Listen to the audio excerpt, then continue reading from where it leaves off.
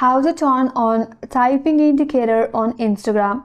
Hi everyone, this is Kate and I'm back with new tutorial, and in today's video we will see how we can turn on typing indicator on Instagram. So without any further ado, let's get started.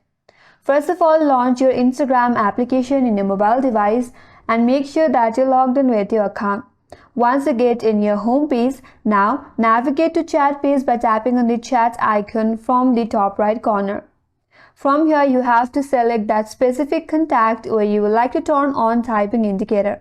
For example, I have this contact right here.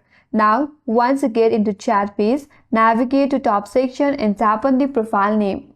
Now from here, tap on privacy and safety. Under this privacy and safety, if you scroll down a bit and on the section who can see your activity, there is a typing indicator option. So to turn on, all you have to do is tap on the toggle.